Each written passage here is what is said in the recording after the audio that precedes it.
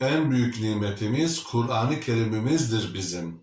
Yani insanlara Allah'ın kitabı Kur'an-ı Kerim'i anlat, konuşurken Kur'an'dan konuş, bu nimetten onlar da faydalansınlar.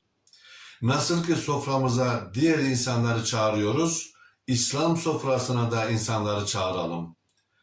Gıdalarımızı alıp nasıl ki dostlarımızla beraber bedenlerimizi besliyoruz, Allah'ın bütün insanlığa açmış bu Kur'an sofrasından da bütün insanların yararlanması için onları da davet edelim. Canlarına Allah'tan gelen bu Kur'an ayetlerini anlatalım. Ayrılıktan değil, birlikten dem vuralım. Zarardan değil, varlıktan anlatalım. Yıkmaktan değil, yapmaktan konuşalım.